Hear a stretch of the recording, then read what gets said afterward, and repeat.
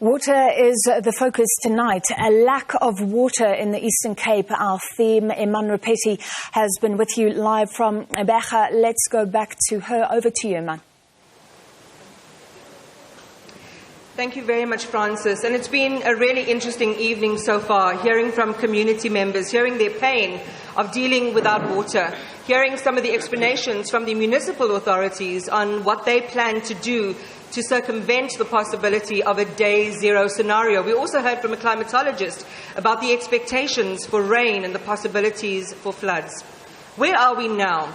How, again, does civil society get involved in helping the communities resolve some of the immediate issues that they face in regards to water scarcity? And how are other businesses in this region being affected? I want to introduce you to our final panel for the evening before we close out with some reflections from our audience members. And Phumeza Kate is in the construction industry. She's with the Ilenga Letu Batu Bafazi organization. And they're a consortium and a group of women construction workers. We also have Ali Sabli, who's from the Gift of the Givers. Of course, they're a well-known foundation. Ali is a project manager with Gift of the Givers. We'll be in conversation again with Lina Hlabisa from Coca-Cola Beverages South Africa, as well as Denise van Heestien, who is the Chief Executive Officer of the Nelson Mandela Bay Business Chamber. So you've heard, all of you, really quite a lot of detail, as much as we can manage really in the last, half an hour or hour or so. And I really just want to get a sense from you. We'll start off with some of the ongoing issues, Phumeza, when you think about the work that you're doing and how you have been impacted. What can you share as some of your pain points? Good evening, Niman. I'm Phumeza Kate from Ilinga Letu Bafazi Trading. I'm in construction. That is the business that I'm doing. We are severely affected directly.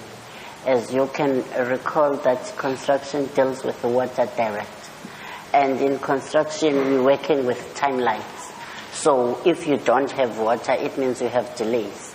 There is a loss immediately. If there is no water, it means your profits are affected. So it is affecting us severely, this water scarcity. And as the small business, as you know, that you are coming from pandemic, and it's another pandemic to us, this one. If there's no water, it means as a construction business, we are affected. So there's a direct impact, Phumeza, is what you're saying, between what's happening and your bottom line. When you heard Joseph from the municipality share some explanations and some details around what's happening, what does it mean to you? What it means to me as an SMME, I was just trying to check where do we feature, because that's what we always ask, because we can bring solution. Remember, we are in the business. Some of the things we should have not been even here in the stage with the leaks that were there. And when you call the municipality, they take about 2 or 3 days to fix the leaks. And at some point there are things that we can manage to do as the SMM is, but we are not given those chances. So you're just waiting for that call. You want to get involved and you want to play your part. We even go to the officers of the municipality and we want our participation. And there is a program that we'll promise that it's going to be done for the SMMEs so that we can be directly involved, so that we cannot be in this situation. But up until now, we're still not there. Even now, the water leaks that he's talking about, we are not participating there. And there's an opportunity, certainly you would say. Denise, I want to bring you in. Phumeza, hold that thought for me. Denise, from your perspective, what is the biggest causation factor for the dysfunction that we're seeing? Well, from our perspective, we feel that the political instability that we've had in this metro since 2016 has been the root cause of a lot of the issues that we face around non-service delivery.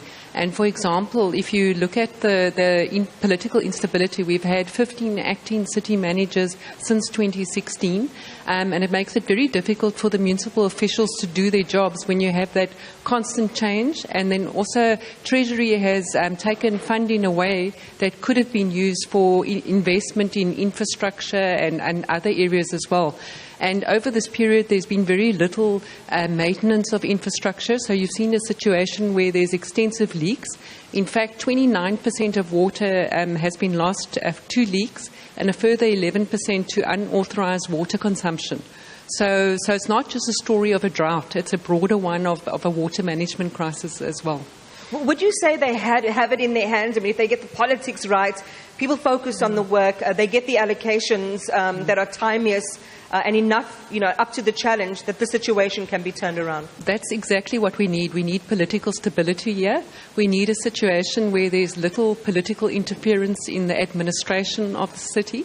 And once we can get that stability in place, then we can have economic stability. Because our fear as business right now, with all these issues, is it's very difficult to retain investment and jobs when you don't have water and you don't have electricity and the basics working. Ali, I want you to share with our audience your recent experience. You've just come back from the Amatole region, and it's important, I think, to tell our viewers that even though we're broadcasting from Gqeberha, there are a number of communities in this region that have been adversely affected. Thank you, Iman. The water situation in the Eastern Cape is total disaster. I visited our teams yesterday working in the Amatole district, which covers Butterworth, Adelaide, Bedford, Fort Beaufort and Alice. The critical areas such as hospitals, they have no drinking water for their patients, not a drop of water coming out of their taps.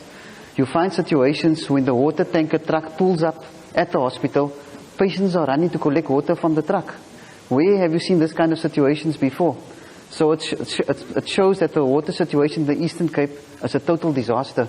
And national and provincial government has to take this seriously because the situation on the ground is dire. We went yesterday into communities where you can see the fight for survival.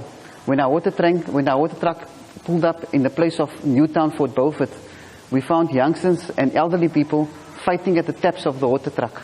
And within a few seconds, the truck was emptied. And our teams are working from 4 a.m. in the morning to 1 a.m. at night, on a daily basis, trying to see to the needs of the community. But it's a no-win situation. As soon as they pull away from the hospital, an hour, 2 hours later, the hospital will call again, the tanks are empty. One of the words that have been in short supply, I think, in our conversation this evening is the word dignity. And what you're sharing with us, Ali, is just really so undignified and, this incredible humiliation, really, for people who are the most vulnerable. You're talking about patients, you're talking about elderly, people in our audience, we're talking about children, some of the most vulnerable demographics in this entire story. How do we get government closer to the communities they represent? Do you think that if they see this firsthand, and of course they must know what's going on, that something will change? It's been 28 years coming already. The warning signs has been there. A drought doesn't happen over 1 or 2 years. It's for 7 to 10 years. The calls has been out there. We have institutions, we have businesses pleading out there for assistance. Yesterday I was in the area where school was closed for 2 weeks because of sanitation. They cannot let children come to school where there's no flushing toilets, no water coming out of the taps. The politicians and the government have to come on the ground, come see what's happening and fix up the mess that they've created. The reason why there's no water in the Amatole district at the moment, number 1 is drought. Number 2, the municipal workers has gone on strike. With that, they have paralyzed these towns. And we find many businesses close, shutting down there. Who wants to come to an area, to a B&B or to a hotel where there's no water? So it's affecting the tourism industry, it's affecting the economy of the town, and you're paralyzing the town. And that's so interesting, and I think it's a really important point to make, is that it's not about a singular issue. Water, like energy, talks to so many areas of our lives. As I mentioned at the beginning of our broadcast, it affects everything. It affects children at school. It affects your sense of well-being. There's a sense of psychological safety when you know that clean, drinkable water is going to come out of the taps. Tina, I want to then bring you back in. You do partner with the Gift of the Givers in some of these projects. Maybe just share, not only for this particular region, but for others that are affected by this particular blight around water scarcity. How better do we galvanize the partnerships that start to turn situations like these around? Thanks, Imani. I think our relationship with gift of the givers. I think one thing that it has shown is that the NGO sector has that capacity to move a bit quicker, and they are much more closer with communities. Well, you're actually saying because there's less red tape, right? Exactly, and they have this relationship that is continuously driving this flow of information, and there's also the trust that exists. And I think for me, that's what we need to replicate in other systems. Because if the community does not have confidence in what the public sector is doing, we'll always have problems. Right. And I think we need to deal with this trust deficit that exists, whereby the community can trust what government is saying, and the two can work together. And I think the partnership that we have with the NGO sector can begin to put together this blueprint that we can work on to drive delivery. Denise, I want to bring you back in with the business chamber. These are partnerships I imagine you want to see proliferate throughout the business chamber. But I want you to maybe just share a word. You spoke about political instability being a major contributing factor to the dysfunction. How's it affected investments and business and people just being able to run things from your perspective? Well, our fear is not about attracting investment. It's about retaining what we currently have. So what we've done as business, because we think it's important that there's collaboration, we can point fingers and complain, and yes, we do want things to be fixed and for service delivery to happen, but what we're also doing is we're taking action, and we've adopted an activist-orientated approach. And what we've done, for example, is we've got an Adopt a Leak initiative in place, where as business we've gone out and we've got a heat water map, and we've targeted 6 impoverished communities, and we've gone out into those communities and we've been fixing leaks. And we've already in the 3rd area, and by the end of the project, we would have saved 1 million litres of water a day. So that's one of the things we're doing. More than a year ago, we already started a project called Adopt a School, where we currently have 72 schools adopted by business. And what we're doing there is we're fixing the plumbing at the schools, the ablution facilities. In fact, I was at a school in Morma today, and the principal was telling me about the dignity that's been restored to the pupils because the ablution facilities are now working, and they've been doing hygiene, education, and so on. But that initiative, I think, has gone a long way in terms of getting dignity back in the schools and also access to water. So that's something we're going to continue to pursue. And that's a really wonderful kind of solution-orientated, can-do spirit that we need to tap into more of. Ali, perhaps from your perspective as well, share with us something that is solutionist that you're doing as well. Besides, of course, the provision of water tanks, and the sinking of boreholes. Okay, Dr. Suleiman visited Quebec on the 13th of June. And within 3 hours of him being here, we drilled our first bore. We're currently on 24 bores in the metro that can produce, that's a blow wheel of 6 million litres per month of the 24 bores collectively. With the partnership with Coca-Cola Beverages South Africa, they've given us 3 water tankers, which we can then provide water to institutions. Then we had calls from mentally and physically challenged institutions as well. As we know, a mentally and physically challenged person cannot stand in the line for a bottle of water when the water tankers come. We have provided them a bottle of water, and with our partnership with the Nelson Mandela Bay engineering team, led by Mr. Barry Martin and Joseph, we are busy equipping existing bores that were there. So we are trying to, in these red zone areas they have identified with us, our hydrologists and our drilling team is working in those areas, trying to sink bores and trying to get water to those people as well. And that's really encouraging to hear. I'm just trying to think between what each of you are saying. There's such a vast resource in our room already to be able to contribute to driving solutions in the province, and particularly what you said, Phumeza, around we have the skills, we have the know-how. I'm going to go back to the floor, if I may, just to bring in some of the other members of the community who haven't really had a chance to reflect on this conversation. But also I want to start just with Thabo. Here is Thabo from one of the unions in the region, and you heard on that stage just now. People have solutions. There are ways that we can turn the situation around. You are with Demawusa, and you're the regional secretary for Demawusa. We heard earlier that you are able to help with the leaks and you're able to help fix. You've got the manpower, you've got the resources. How would you like to be utilized in this situation?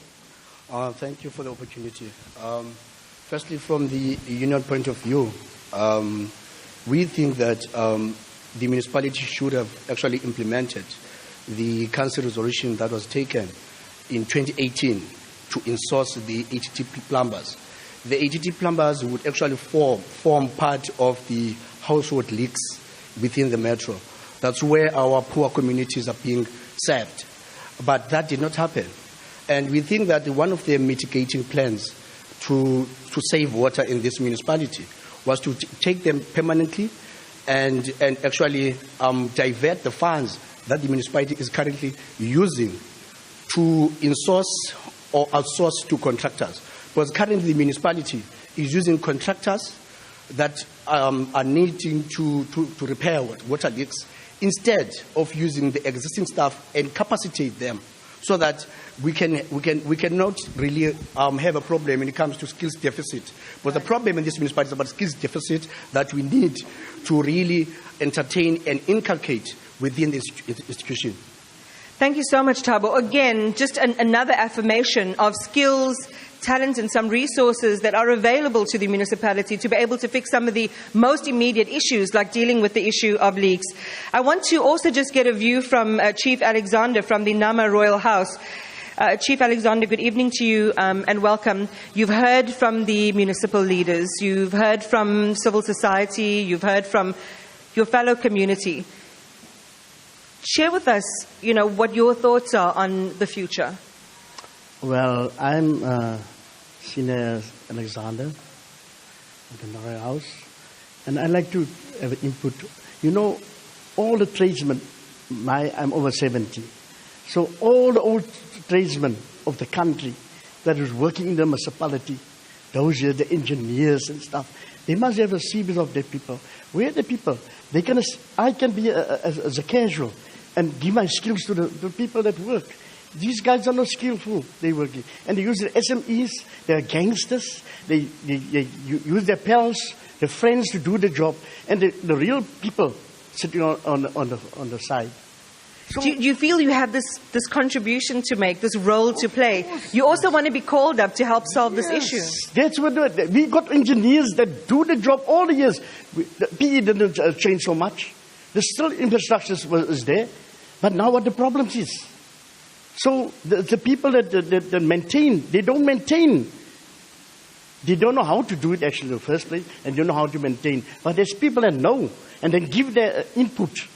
And rather spend all that money they lost on this, they can give it to the people that know and be careful and guide the people the proper way. By using the people, the SMS gangsters, to do the job. How does it make you feel when, as you say, you're excluded? It makes me very sore. It makes me very sore. Because we work all over the country. I work in Madupi Power Station. All the skilled people was there to teach the people to do the work. Now they got give you three guys on a job. Learners. How can three guys work on the job? The one play with the cell phone, the other one do the job, and he learn nothing. Why they can split it up and give one guy, one artisan and one and he can learn properly the job. Now they give him three guys. So they overburden, they're wasting money. Now they put all the artisans, the qualified people off the job, and then these guys that you teach for 6 years, but still do nothing. So the qualified people is there. They got the civil, they know. All the technical colleges and the ETCs, there's people that can do the job. They must collect the people because they got the information. I can see how passionate you are about this, Chief Alexander. Thank you very much for sharing that with us. And I think the overriding observation that we make in a context like this, where you're talking to the community, is that people want to avail themselves. They want to be used. They want to be called up, in a sense, to be able to solve deep and critical problems like this. I want to thank our panel that was with us today, just sharing on the work that they are doing. We had from Gift of the Givers, of course, from the Nelson Mandela Bay Chamber of Business, And we also have Pumeza Kate and also from Coca-Cola Beverages South Africa. I want to thank them very much for their time this evening. So really do appreciate you. And I think that is the overriding sentiment from our broadcast today, is that while we recognize that there are problems, while we recognize that some of these problems are institutional and they are historical, it's very important to remember that our communities and our country do have partners who want to be able to be part of the solution in turning things around. All it needs is a listening government. And that brings to a conclusion our live broadcast here in Gqeberha in the Eastern Cape. And we want to thank our viewers as well for staying with us for this. We'll, of course, watch developments over the next couple of weeks. The situation is critical, but we'll hold the municipality to account for the promises that they have made. Thank you very much, Iman Rapeti. All right, let's get back to our usual programming, but as she says, we will monitor the situation there.